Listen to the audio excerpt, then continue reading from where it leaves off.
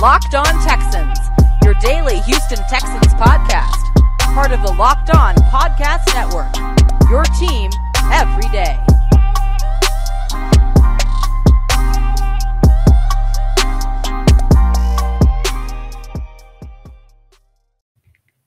Welcome in, everybody, to a Friday edition of the Locked On Texans podcast. I am one half of your host, John Hickman, along with my co-host, Cody Davis. Super excited for today's show.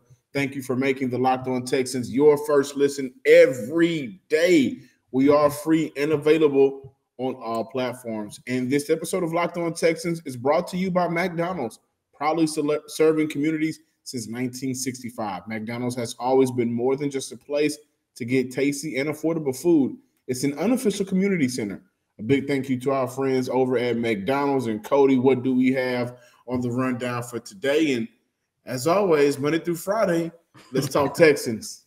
Yes, sir. And on this Friday installment of Locked On Texans, you know what it is. We got our guy, Mr. Brandon K. Scott from Sports Radio 610 to get his thoughts about the NFL trade deadline, the press conference of Nick Caserio, and, of course, previewing the Week 9 match against the Texans and the Miami Dolphins. But, of course, since today is Friday, just really quick, we're going to give the listeners their time to shine. But then we're going to close out this segment with a theory of mine that I want to share with everybody.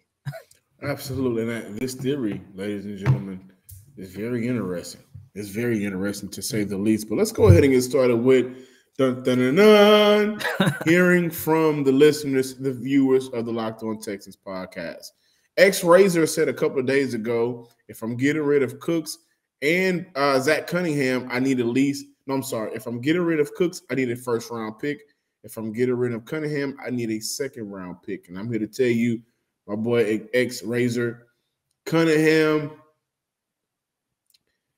I don't know if you're getting a second-round pick out of him. You're definitely not getting a first-round pick out of Brandon Cooks. And, of course, this is in response to the show we had before the trade deadline, and the trade deadline has come and passed. However, I think Texan fans do need to be a little bit more realistic about what they are going to get back in return for some of these players, especially considering a player like Zach Cunningham and his contract. I will say that if he was to be moved, Houston should look to get the highest pick back, because I assume they would take on a good chunk of that contract that they signed Zach Cunningham to last year. Jalen Johnson, he mentioned that I know that it was against the second unit, but Mills showed some good things in the fourth quarter.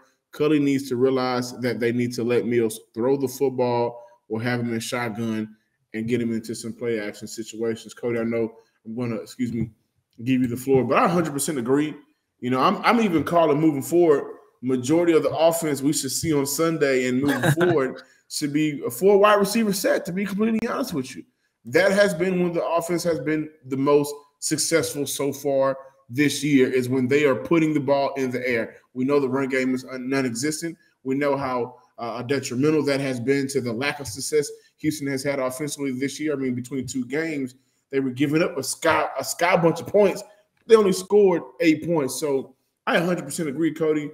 What are your thoughts on just getting the ball out? Now it wouldn't be Davis Mills. It would be Tyrod Taylor, because he has been announced to be the starter for Sunday's matchup. But does it make more sense to go ahead and put that ball in your quarterback hands more times than not? Yeah, most definitely, especially in consideration for Davis Mills, because we came here on this show. Every time we praise Davis Mills, it came in a game where they actually trust him, allow him to push the ball down the field. And John, you looked at it from the whole Texans and the offense standpoint. I'm going to look at it from Davis Mills' standpoint, because Mills even talked about it after Sunday's game. He said, look, I feel more comfortable when we are going out there. I'm pushing the ball down the field. They're letting me use my arms because it helps a quarterback. It helps him get into a rhythm. And as an athlete, depending on how good or how bad you play, a lot of times it depends on whether or not you can get into a rhythm. And it was hard for Davis Mills to find that rhythm when you're giving the ball to David Johnson, you're giving the ball to Phillip Lindsay, and they're only giving 1 yard. Sometimes you're losing yardage. Now they're expecting you to go out there in third and 15, and now they want to let you use your arms. And at that point, it's a little bit too late. So I 100% agree with that listener. Go out there and let Davis Mills play. Well, now, as I mentioned, it'll be Tyrod Taylor, but whoever's behind center, give that quarterback an opportunity to actually move the chains rather for the offense, because Houston has had a problem with doing so far this year. Last one, we're going to move on. Cody Reed Craig, this is for you, Cody.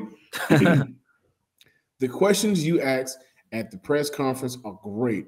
No cookie cutter questions like some in the room. You actually ask the questions that we fans want to get the answers to. And this is responding to your question when you asked David Culley you asked Culley a question that I love for you to ask Caserio. Is Caserio disappointed that number 4, in reference to Deshaun Watson, didn't even give them a chance? I thought that was a great question when you asked David Culley on a personal note, personal level, as you mentioned it. You know, is this one of those situations where if you get the opportunity, the same goes for Caserio? Why didn't Deshaun Watson give you an opportunity, and how did that make you feel? But that was a great question, Cody. I want to highlight that because you're doing an amazing job over there with the Houston Texans. Thanks, man. And actually, I do plan on, thank you, by the way, listen, I really do appreciate the love and the support. I do plan on asking Nick Caserio that question, but I think I'm actually going to save it until after they move Deshaun Watson, only because I think if I ask him now, I'm going to get the same response that I got from David Culley, which was a no comment.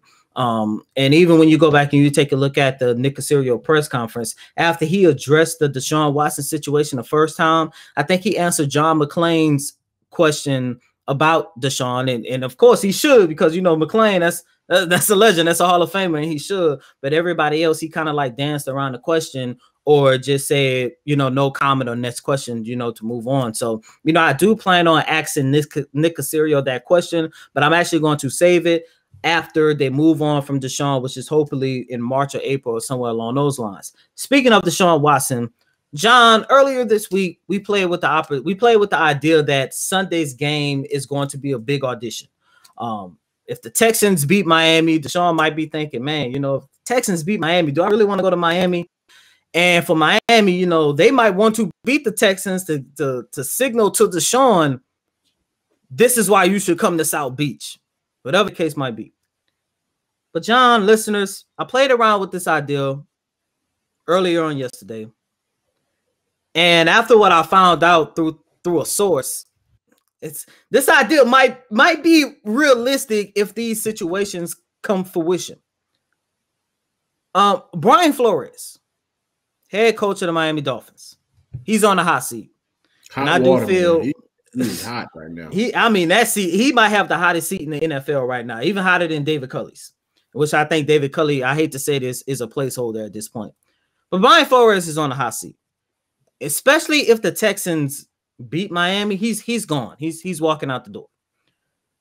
I can see a situation where if the Texans depart from David Culley this offseason, and I do think that is a real possibility, I would not be surprised if the Texans were to go after Flores, because one, you take a look at the whole Deshaun Watson situation.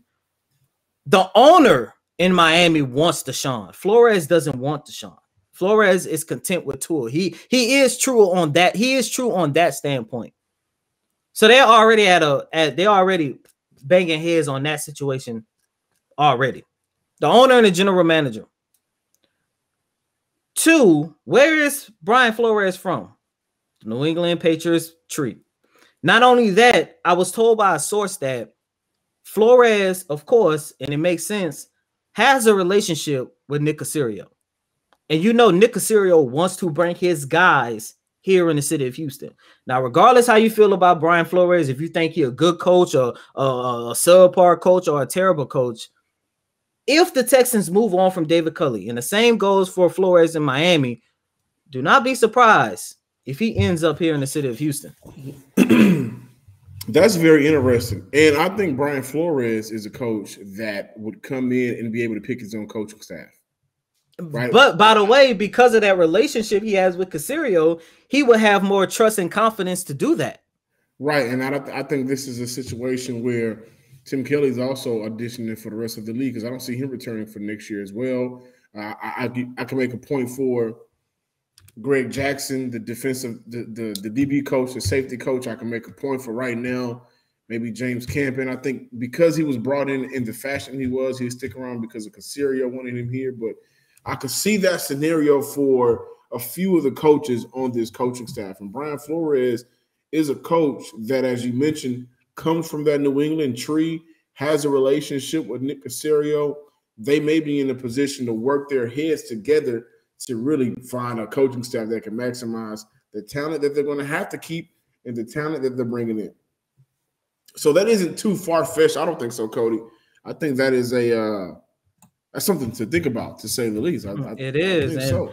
I would like to tell the listeners out there, if you are planning on to watch Sunday's game, just pay attention to the way Flores, handles the clock. See what kind of play calling, he had. It's just an idea that I'm putting out there, that it became an idea, but after what I found out about the relationship that him and Caserio already has, and once again, it makes sense because they both was in New England together.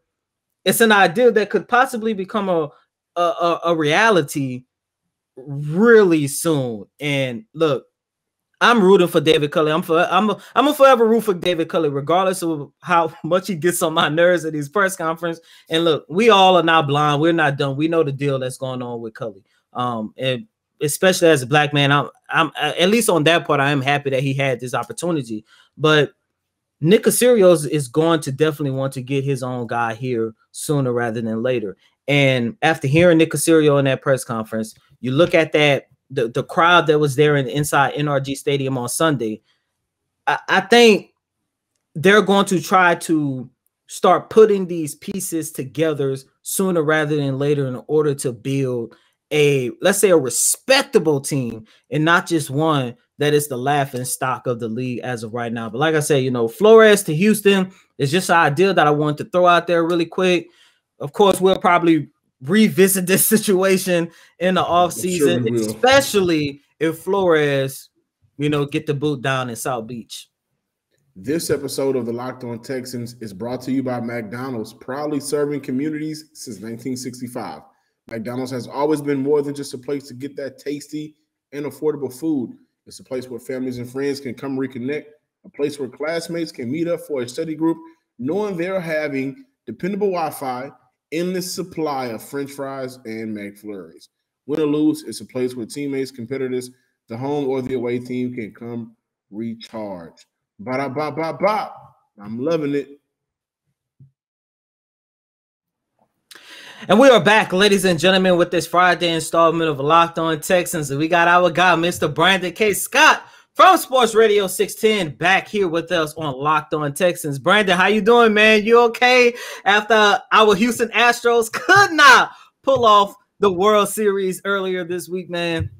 Look, man, I'm glad to be back. I am not glad to be back without a title. I was expecting, especially when you looked at the field and who they ended up with. Now, the Braves were probably an underrated team. I think that's safe to say. They were an underrated team. Matter of fact, out of the Final Four in the championship series on both sides, they were given the longest odds to win. So people thought even the Red Sox had a better chance of beating the Astros than the Braves had a chance of winning it all, going through the Dodgers and the Astros. So, they had the longest odds, but they probably had the best team in the end. So, I can't be too bitter about it, man. What I'm happy about is really the opportunity, I think, and especially for Texans fans right now, like you kind of get caught up in the wins and losses and the monotony. And then when you have a successful run like what the Astros did, you forget how rare it is. Rockets fans too. Fans too.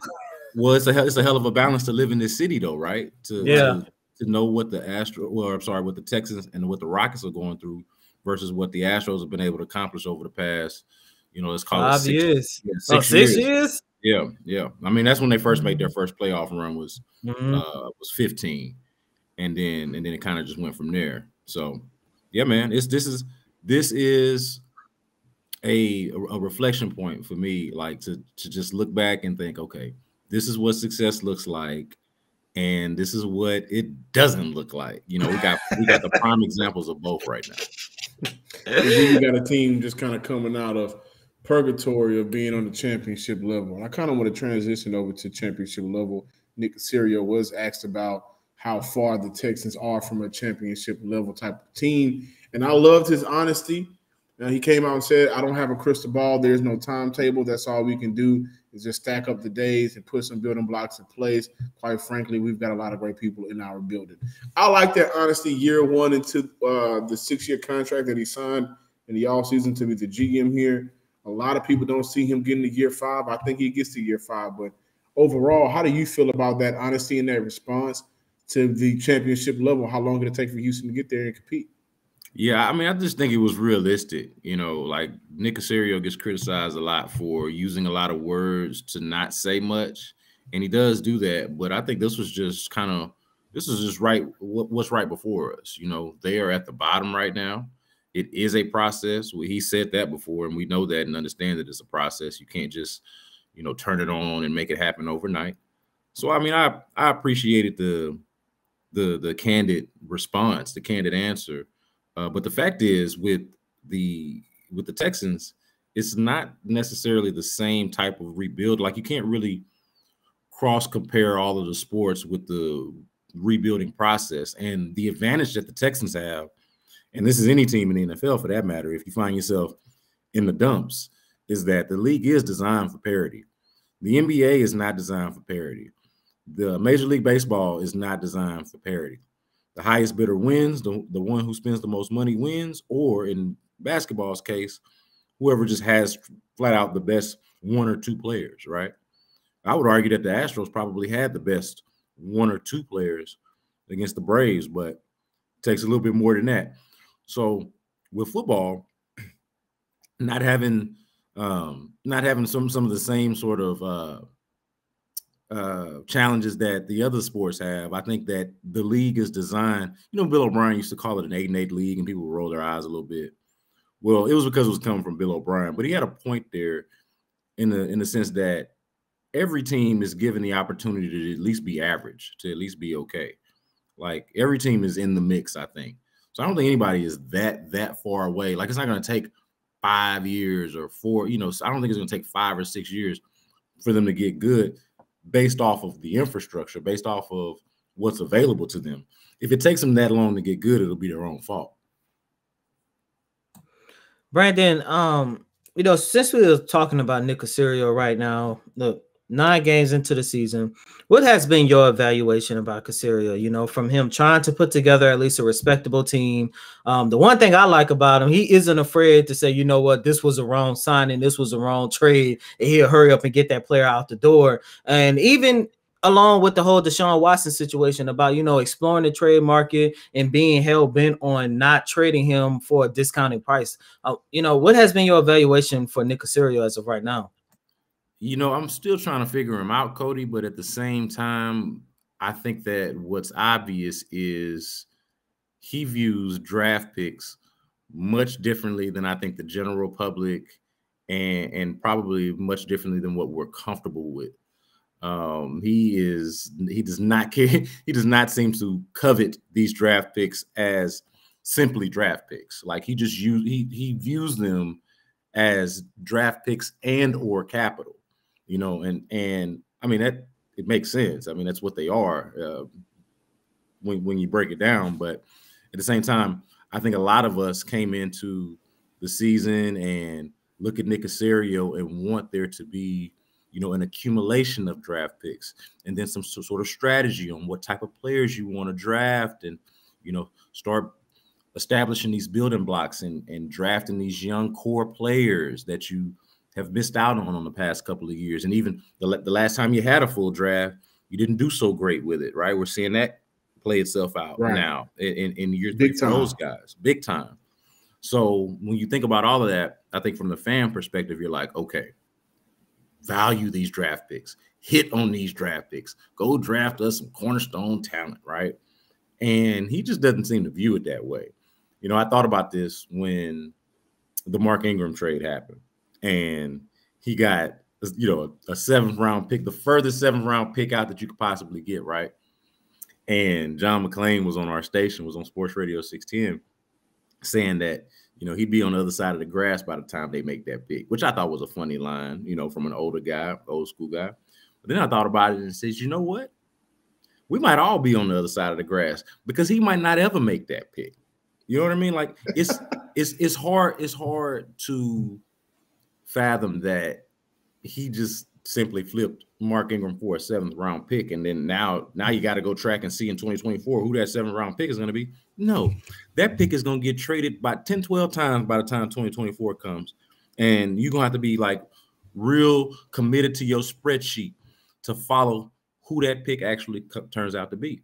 So that's what's been most interesting to me about Nick Caserio, and what stood out to me is the way he is using draft picks as capital and doing it kind of in a shrewd way, like is not shy about it at all. Which the only thing that concerns me about that, or the main thing I should say that concerns me about that is, you know, how is all of this going to play out with Deshaun Watson, knowing that his view of draft picks and maybe his value of draft picks is a little bit different than what seems conventional, or the way I might understand it, the way we might understand it. I don't think he's trying to get fleeced out here, but like, okay, they get the draft picks, right? Let's say they get the draft picks that everybody wants them to get. Then what? Then what? Is he picking with those picks? Is he trading some more and trading some more and trading some more? Like, I don't know where it is. But it is entertaining, at least, to follow. And I think it's way too soon to say for sure whether he's like good at this or not, especially like with draft picks, obviously. Now, he's made some signings and made some moves that I think we all can just categorically call failures, right? You know, the Shaq Lawson deal comes to mind. Ryan Finley comes to mind, which is a minor, small, minuscule, not going to affect the franchise in the long term type of deal. But those are just a couple that come off to the top of my head. But there have been some moves that have been head scratchers and make it trading for Anthony Miller, and then he's only on the team for like 6 to 8 weeks, if that long. Like that to me was a disappointment.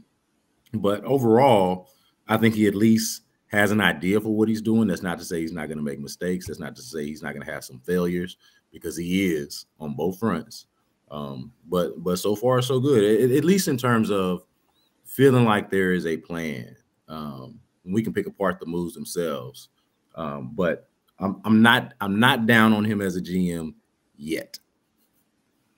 And we got to move forward, but I got to ask you this question, Brandon. If you could put into one full sentence, how do you feel about the C word? Do you know what the C word is right now?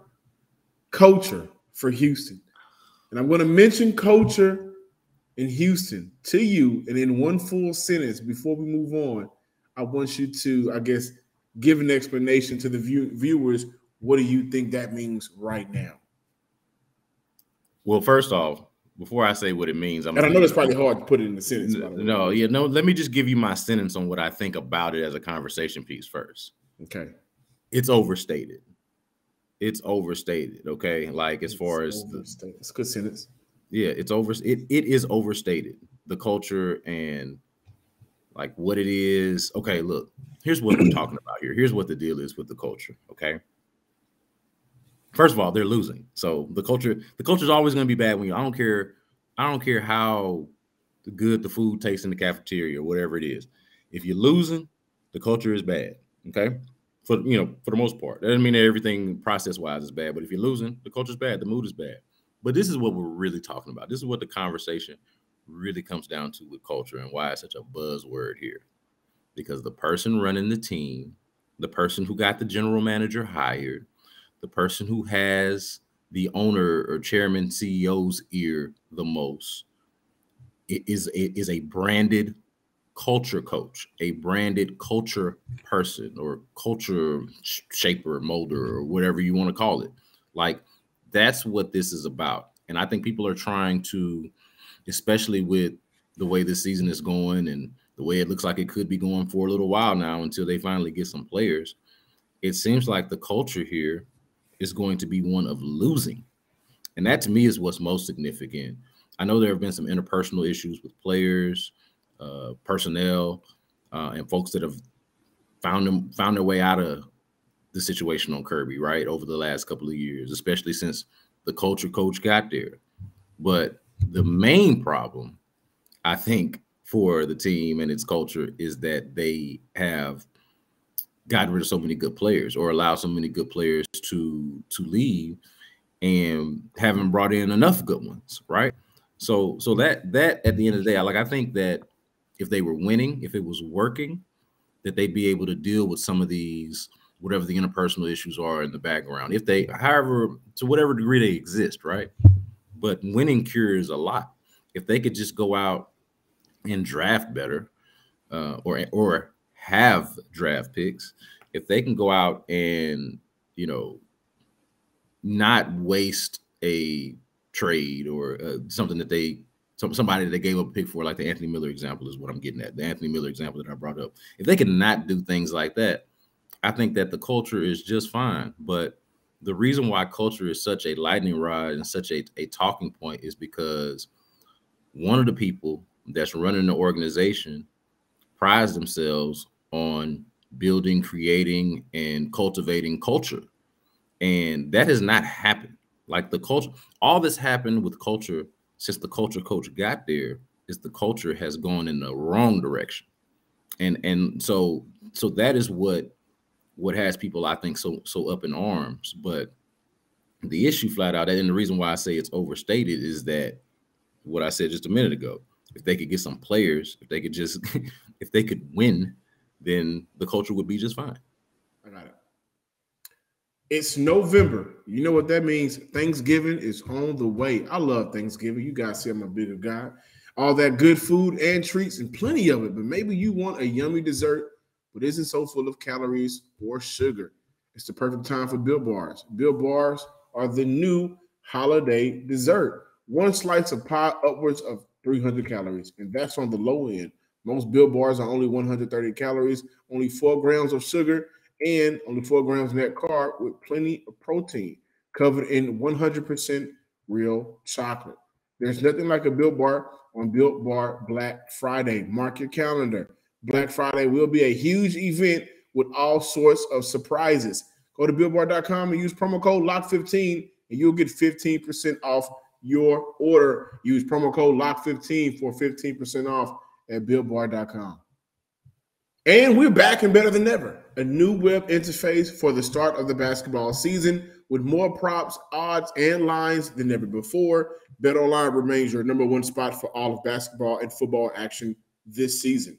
Head to our new updated desktop or mobile website to sign up today and receive your 50% welcome bonus on your first deposit. Just use our promo code LOCKEDON, that is LOCKEDON, to receive your bonus. BetOnline is the fastest and easiest way to bet on all of your favorite sports because BetOnline is where the game starts. Thanks for making the Locked On Texans your first listen every day. Be sure to tune in to our Monday show to see if we're going to celebrate a victory Monday or another losing Monday. Now make your second listen the Peacock and Williamson NFL show. Brian Peacock and former NFL scout Matt Williamson give you the national NFL expert analysis in less than 30 minutes. It's free and available on all platforms. Continuing here on this Friday installment of Locked On Texans, as always, we got our guy, Mr. Brandon K. Scott from Sports Radio 610. Brandon, before we start talking about Sunday's game against the Miami Dolphins, I want to get your opinion on this. How much trouble do you think this organization is in? Because you was there, we was there, we saw the crowd inside NRG Stadium. And I've never seen that Texans crowd so dead, so little. And this is what I was afraid of. I given how bad, because look, say what you want about the Rockets, but they tried everything they could to bring a championship here in the city of Houston with the James Harden era, and it was time to rebuild. Same thing goes with the Houston Astros. They gave us a hell of a run over the last 5 to 6 years, but with the Texans, it seems like they never even reached the pinnacle. The pinnacle for this team is possibly them being up 24-0 on Kansas City, and it's just been downhill from there. When you sat there with this team now on a 7-game losing streak, you saw that crowd. This team has nothing going from itself, maybe outside of Jonathan Grenard. How much trouble do you think this organization is in? Yeah, I think sports by and large are foolproof. Like, I don't think that they are really in trouble from a business standpoint, but I think that they've already lost a ton of credibility. That's not even in trouble. That is indicative in what you saw on Sunday in so many empty seats. So if there's one thing that Nick Caserio talked about at the press conference that I would disagree with or just wouldn't fully understand where he's getting that from or who he's talking to, it's the idea that, and I guess this is internal and people in the building, I guess, and I mean, what else would they say to him, right? But the I idea already that know where you're going.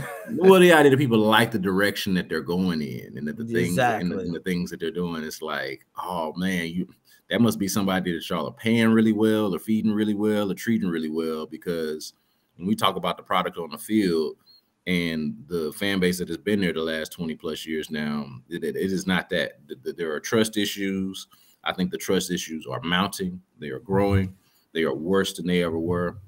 And I think back to there was a tweet that I saw from one of my colleagues at 610, Sean Pendergast, where we're looking at the 2019. It might have been it might either been the World Series or the ALCS, but in 2019, the postseason, let's call it, for the Astros, you had obviously the Astros in either the ALCS or the World Series. You had James Harden and Russell Westbrook sitting behind home plate. And I think that the Texans were about to make the last postseason run that they've made, which was that season. And then, of course, we know how that ended. You know, they had the Buffalo game, which was exciting, and then, 24-0 against Kansas City, which is where it seems to fall. But how quickly it falls is the point. That was just 2 years ago, guys. That was 2 years ago, where you had two of the best players of their generation in the NBA sitting there in Astros jerseys behind home plate, rooting on a generational baseball team that you've got. And at the very least, even though I don't think any of us thought that the Texans were going to win the Super Bowl that year, but at the very least, you had a franchise quarterback and some players that you could be proud of. You had the foundation. You had it there. And certainly at that point, you wouldn't have foreseen that any of what happened would have happened honestly for any of those three teams, right? Like, the Astros have maintained their success on the field, but of course they, not too long after that, ended up having the sign stealing scandal came out, and they had to go through all of that. The next season, obviously, James Harden and Russell Westbrook went out of here. And then, of course, we know what's happening with Deshaun and with the Texans and everything. Like, everything changed. Everything. And so it's wild to consider that. But, as far as like your question of like how worried am I for the team, I'm worried that they have lost a level of credibility that could stick with them for a while. And I don't know, like, I don't see when and how exactly they're going to get that back, but from a business standpoint, like, we know that the butts and seats stat was not the same as the whatever. What did they say? Like 60,000 people were there. Yeah, it was like 68,000 or something like that. And there were not.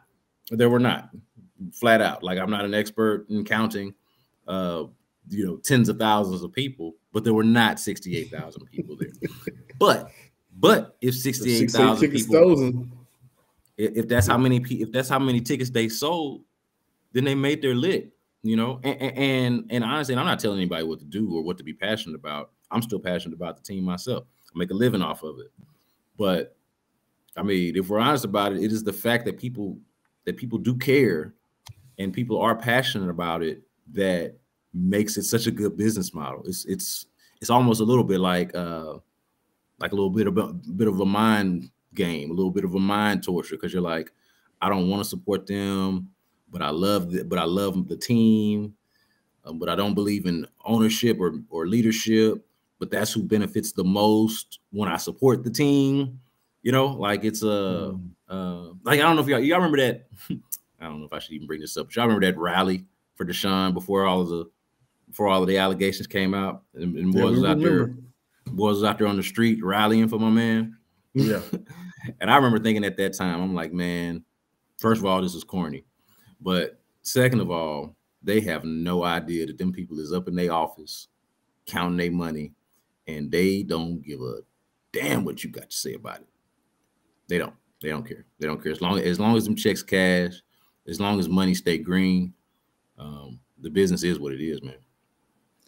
I think the first thing Houston needs to do is to move forward in the right direction of getting a win against a team you should get a win against, and that is the Miami Dolphins. You go through this crazy week of trade talks. You go through this crazy last couple of months of trade talks with this team just to set it up both 1-7 when you go into the game on Sunday. How can Houston walk away with a win if there's even possible? And we now know that Tyrod Taylor will be the starting quarterback. Yeah, I mean, I think that's a start right there, is making a change. Two things that are significant, and you just basically hit on them. A change at quarterback, I think, is going to be significant for the team. And playing a lesser opponent, quite honestly. And I don't like when people make the excuse of the opponent, like when they won the season opener against Jacksonville. And people are like, well, it's just Jacksonville. Well, I'm like, well, that's who they played. That's who they played. So good for them. Good for them that every team is not the doggone Buffalo Bills. You know what I mean? Like, sometimes you need them kind of breaks. You need to play the Miami Dolphins, the Jacksonville Jaguars, the New York Jets. You know, you need moments like that. Like, honestly, so I think that they have a decent chance going into this game. What concerns me more than anything is how poorly they've performed on the road. You know, and obviously they've played much better teams on the road. Like we're talking about, you know, the Browns, the Bills, we're talking about the Cardinals, right? But there still seems to be a problem there with focus and concentration and execution and everything. Like they look like a totally different team on the road, which says a lot because it's not like they look like world beaters at home either, right? It's not like they look great at home, but they don't even look competent on the road. The Colts is the one that I forgot about.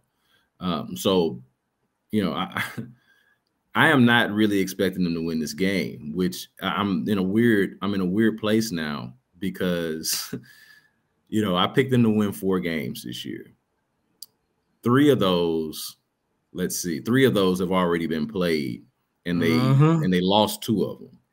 So now I'm like, okay, I didn't have them winning this game to begin with, you know, to start the season. I feel better about it now, seeing what Miami is. You know, worst offensive line, one of the worst offensive lines in football. The defense not as good as I think people were going to make it out to be. Like this Miami Dolphins team is nothing like I think what it was somewhat billed as this up and comer. So whatever Deshaun Watson thought he might be looking at as a potential destination, what he thought he was getting himself into. I wonder how he really feels about that now at this point. But yeah, man, I think that Tyrod Taylor helps a lot. It's just hard to have confidence in a team that you've seen. Last time they were on the road, they scored 5 points, man. And I said that at the time. I was like, man, if they come out here with 5 points, that's going to look like the biggest accident that you ever seen in your life. I don't think there's ever been a game like that where the final score was 31-5. That's the first time that was been a final score in a game. No, you're correct. That was the first time in league history. Man, you got here scoring 5 points, man. I mean, you accidentally got a safety because Kyler Murray is basically and that whole offense, they basically playing with we can spot them 5 points. That's all they really gonna get, you know. So basically, man, I want to see what the offense looks like now with Tyrod Taylor back behind center. I know that there's been a conversation about whether this team at this point, you know, earlier in the year it was still new and nobody really know what the team was. And so it was like, oh, okay, well, maybe he's going to help them have a little bit more confidence. Maybe this is going to be a different story than what we had already pre-written. Well, now the story is just as bad, or if not worse than what we thought it would be.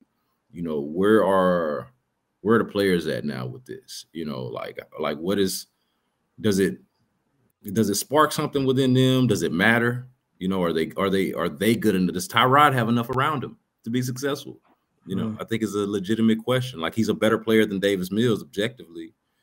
But you look around him, look at that offensive line, man. Like, I know, you know, you got Charlie Heck and Geron Christian starting on the edge of tackles. That's much different than what I think we were expecting to have in Laramie Tunsil and Marcus Cannon there, and that not working out. even more so on the interior. We were talking about the draft, the 2019 draft, I think earlier. I mean, Max Sharpen, man, he's got to be the guy that we talk least about because he plays interior offensive line. But we're talking about somebody who had a solid rookie year, started at left guard in his second year, got his job taken. They move him to right guard, gets his job taken again. Guy's not strong enough, or maybe if strength is not the issue, he's certainly not physical and nasty enough what it requires to be an offensive lineman, specifically inside like that as a guard.